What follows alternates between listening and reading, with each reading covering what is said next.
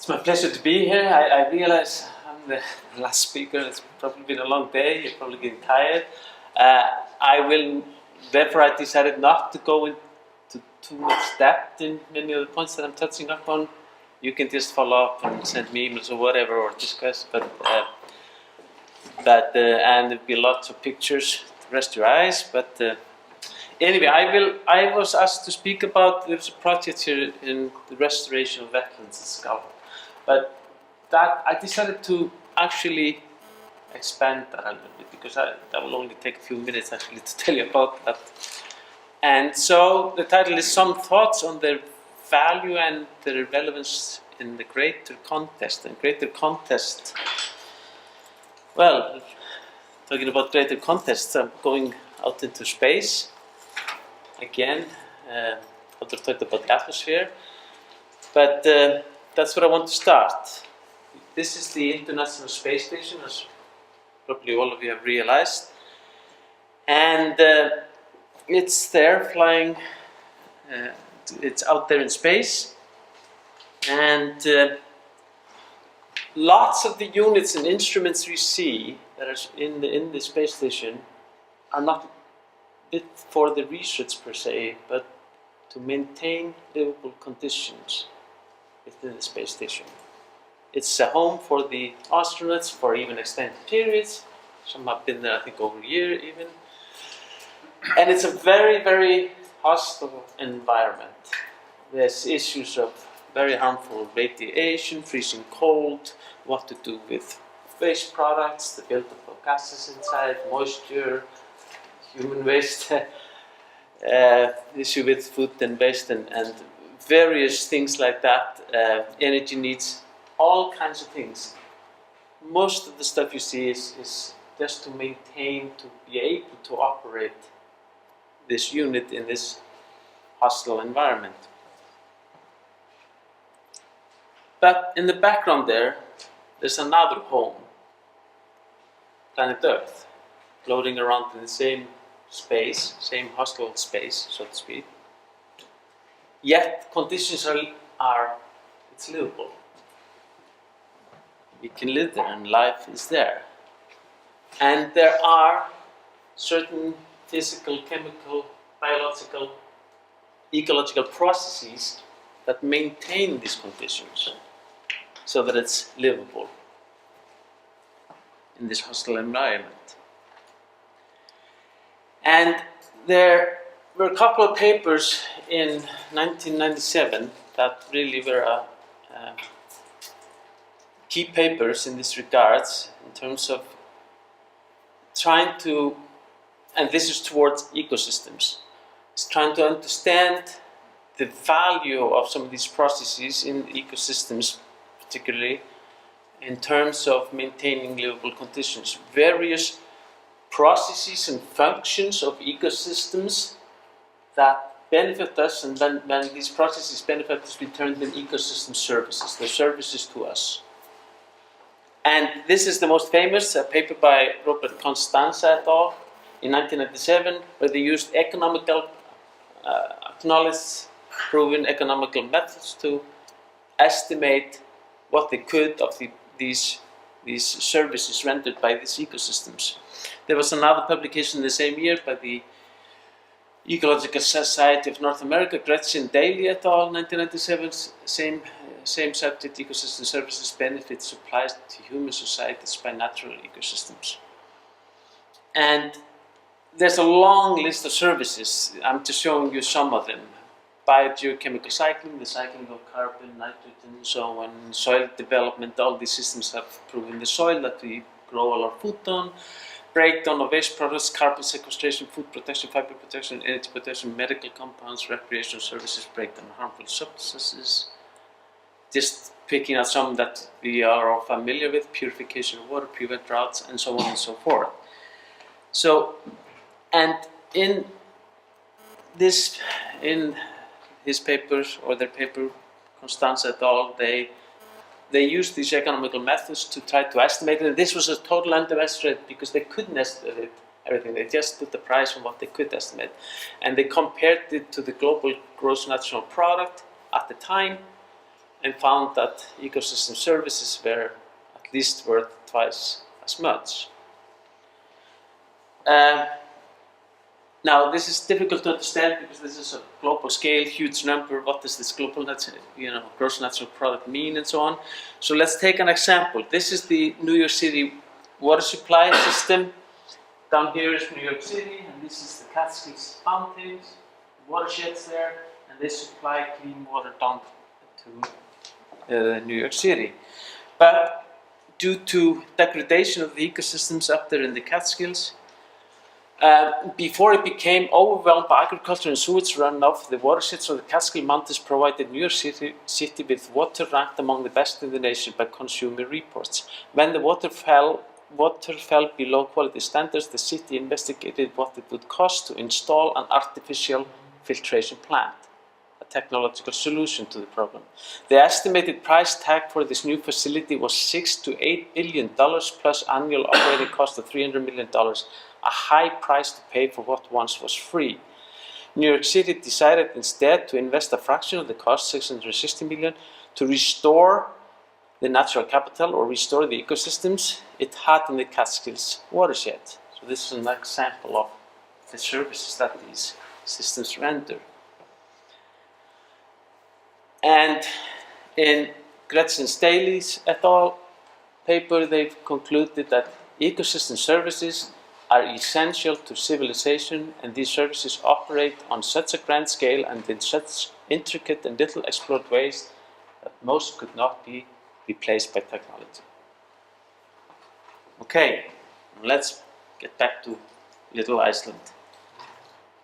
And let's go talk about one of these ecosystems, wetlands. I'm not going to discuss all the many possible ecosystem services or functions of wetlands, but I'm going to give you a survey of some of these. What services do they render, or what functions? Well, first of all, they are important in terms of biological diversity.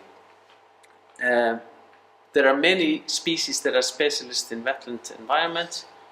For example, over 80% of all Icelandic bird species utilize the wetlands at some point or another in their annual cycle. And there are many plant species that are specialized in wetlands, like cotton grass. And the landscape, if we didn't have the wetlands, would be much more, would be really depaupered in terms of biodiversity. And these plants in the wetlands, they of course, like plants in all systems, they grow and capture. In the process of growing, they capture carbon dioxide out of the atmosphere. And they're very important in these peatlands, especially the myr, peatlands, these type of wetlands. Because of the soil being totally soaking wet, the plant remains. When the plants die back in the fall, they do not break down like in dry upland systems. So it builds up. Plant remains organic matter over time. The plants are really rooted in their forefathers and foremothers, if you could say so. So it builds up over time, and we have meters of thick layers of plant remains, peat. We have measured this, for example, here in Iceland, and this has been measured in many places of the world. And since last glaciation, these systems have taken tremendous amounts of carbon dioxide or carbon out of the atmosphere and stored it in the form of peat. And the carbon stored in peatlands today is equivalent to 1/3 of all the carbon in the atmosphere. So it's a considerable storage of carbon, and it's important to keep it there. It's just like, it's not really any different from coal and oil. It's carbon removed out of the atmosphere in years past. So this has resulted, I'm showing you the main soil types in Iceland. This is soils of our deserts, very little organic carbon in it. And this is a typical dry heathland soil with some organic matter or carbon, organic carbon. And then we have the peatland soil. They can have up to 0.5 ton per square meter of carbon in the form of organic matter. So a tremendous amount of carbon. It's by far the greatest storage of carbon in Icelandic ecosystems.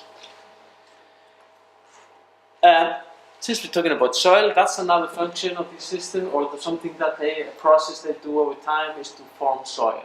And we know the importance of soils, but most ecosystems, of course, do this also. And these are the main Icelandic wetland soils. They are variable in how much carbon they store. The one, the histosol, stores the most. And there's a tremendous amount of nutrients stored there, and there's nutrient cycling, and these are traditionally very fertile soils. So they're important in terms of nutrients and fertility. That's another function, or even a service. Okay. Then the systems are very important in terms of water regulation in the landscape. Here we, for example, see the entire bottom of the valley is a peatland with up to 4 or 5 meter thick peat layer, and it's chock full with water. It stores a lot of water. It even influences the microclimate. But the capability of these systems, when it's a rainy season, they're like sponges. They can swell up and capture a lot of water, and then when it's a drought, it doesn't rain for some weeks, it releases slowly water. So it maintains a much more steady flow in the rivers or streams that receive water from this in the landscape, rather than the landscape very removed of the water. All the wetlands, you have much more fluctuation. You lose the buffering capacity of the landscape, of the wetlands within the landscape. So that's another function. And then if you get more direct services that we get over time, this is traditional land use in Iceland, how we have used these peatlands. These are services that are much more direct. And that's, for example, these are all peat mining areas. We would take peat out, and this is what we would burn to heat our houses, but also to build the old Icelandic turf or sod houses. We use them for grazing animals, especially horses, somewhat sheep, and cows also, but the drier area, or not maybe the soaking wet areas. And then what we call engja, or the seasonally flooded peatlands or wetlands, were really important in terms of the very fertile systems, and that you could always rely on them in terms of getting enough hay for your livestock, so that you can survive over the winter time.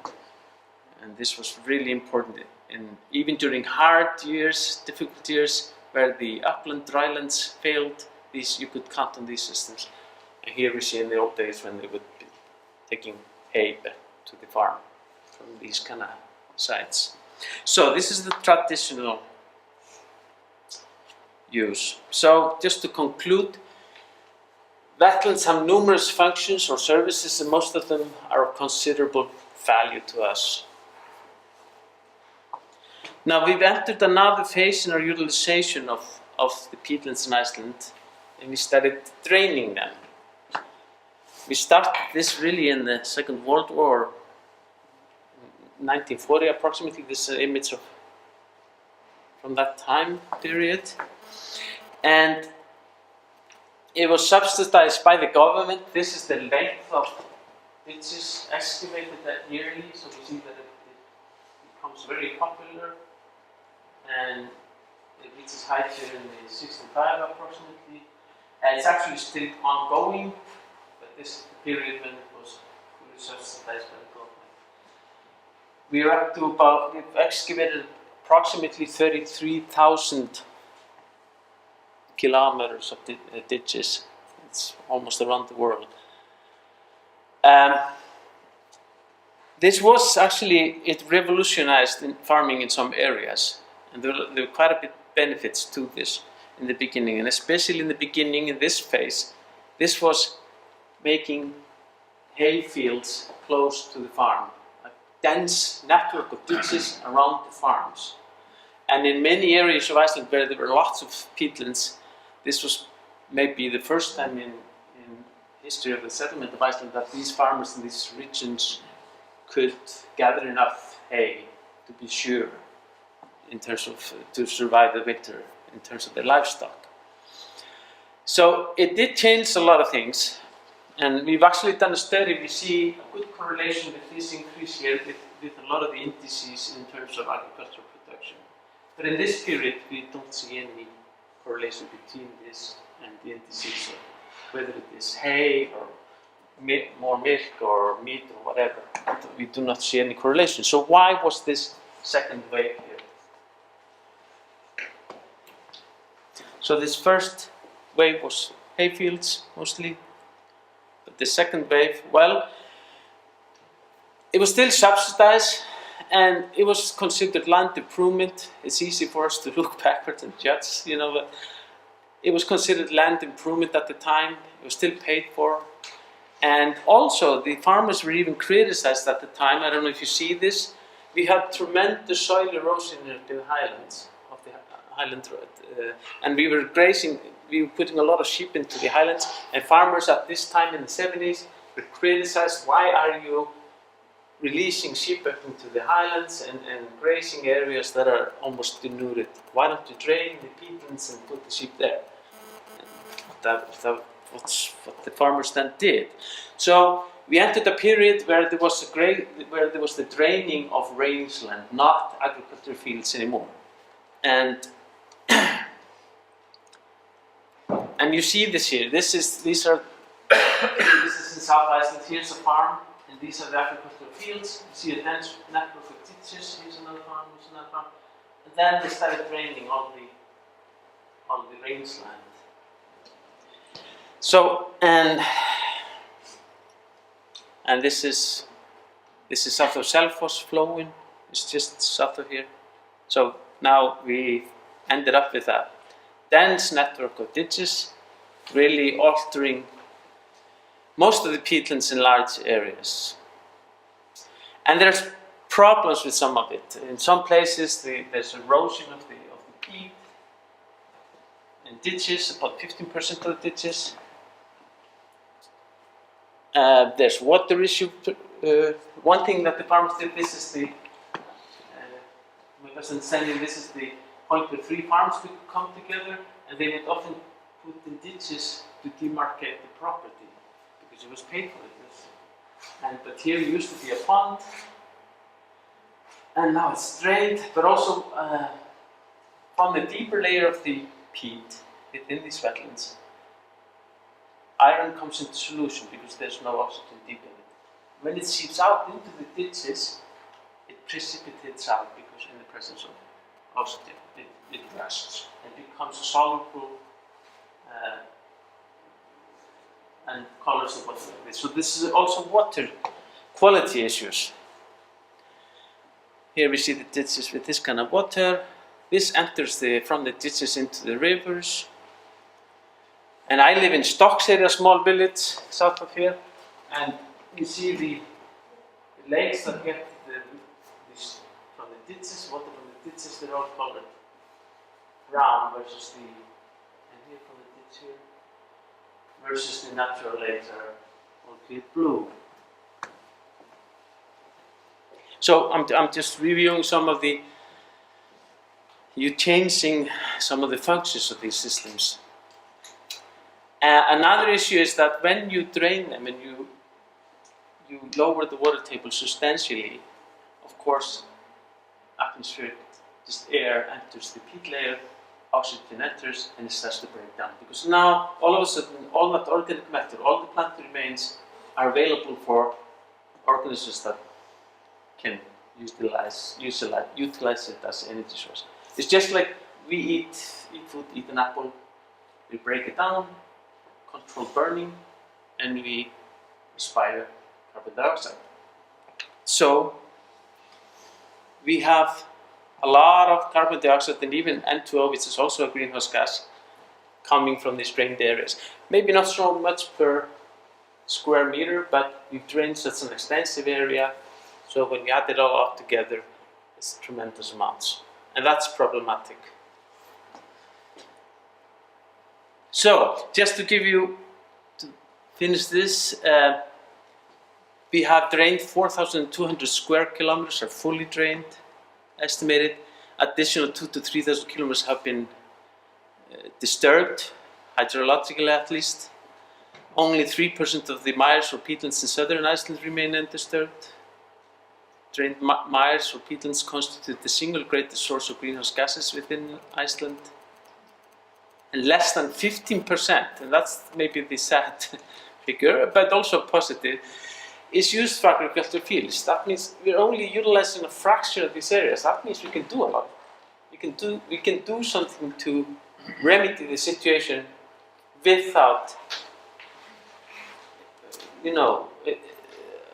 attacking, agricultural production or anything like that.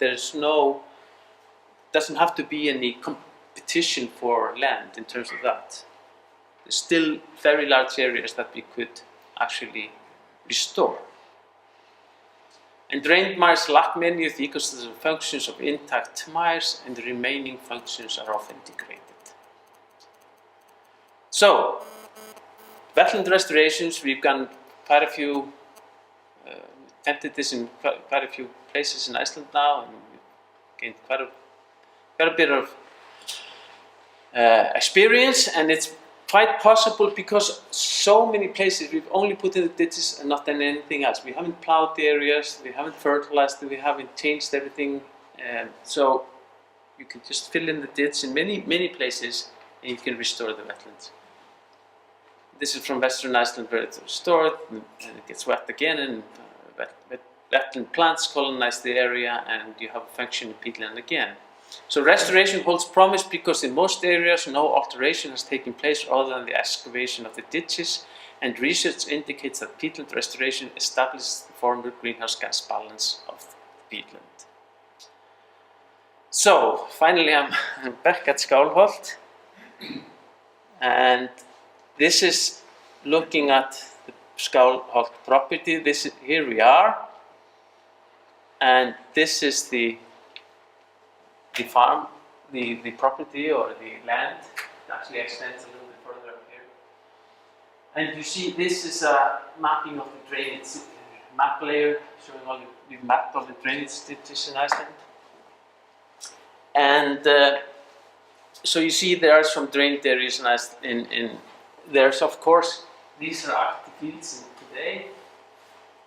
And then there are some more other that are not ditches that are not associated with fields, and this is a very large wetlands in between the two rivers here. Well, the decision was made to restore in the summer of 2016, last summer. It was started the restoration, and this was just the initiation of the effort. Lots of people tossing in dirt into the ditch. And in the summer, yes, all in all 8 kilometers of ditches were filled and approximately 40 hectares of wetlands restored. And they filled in all of these ditches, and then this long one here, which is it's close to 4 kilometers long. And so this is the upper area, close to here. These were probably intended to be agricultural fields just by the density of ditches, but that never materialized. Here you see this was a gentle sloping peatlands. Many of your peatlands in Iceland are sloping. It's often a paradox to foreigners how you can have a wetland on a slope, but that's still a fact. And here you're looking at one of the ditches, well, several ditches here. In that area, and then the lower area, it's such a huge area, and I was up on the little mountain of Vörðufell, took this picture, and you can see where the ditch is, and you can see the change in the vegetation, where the drying vegetation has replaced the wetland vegetation. You see sort of dark line here. It's difficult to get a picture of it so long, but here it's close up, and close up of the water, which you can see is not the best quality. Anyway, so I was not present when they were filling with the machines filling in this, but they filled it in, and the area started wetting up, and it's quite promising. And we put up a lot of plots where we started experiments with establishing wetland vegetation. The various methods, I'm not going to explain them, but we are trying out different methods to establish wetland vegetation within the area and especially on the disturbed areas. So, just to finish this off, I'm going to go back out to the global scale. And I don't know how many of you are familiar with the United Nations Millennium Ecosystem Assessment. Okay, it was Kofi Annan. It was called for by Kofi Annan was at the time called for by the UN Secretary General in 2000, and I think the final report came in 2005. I think. Anyway, the 1,360 experts from 95 countries, 80% independent board. It was done very professionally, and the largest assessment of the health of the Earth ecosystems, and it was based on the approach of ecosystem services from these functions of wetlands, and separate traditional division of the ecosystem services into supporting services like nutrient cycling, soil formation, primary production, into provisioning services like food, freshwater food, fiber, fuel, regulating like climate regulation, flood regulation, disease regulation, water purification, and culture like aesthetic values, spiritual, educational, education. And in that report, there's a clear understanding of that these services that rendered by these ecosystems are vital in terms of the constituents of well-being, human well-being.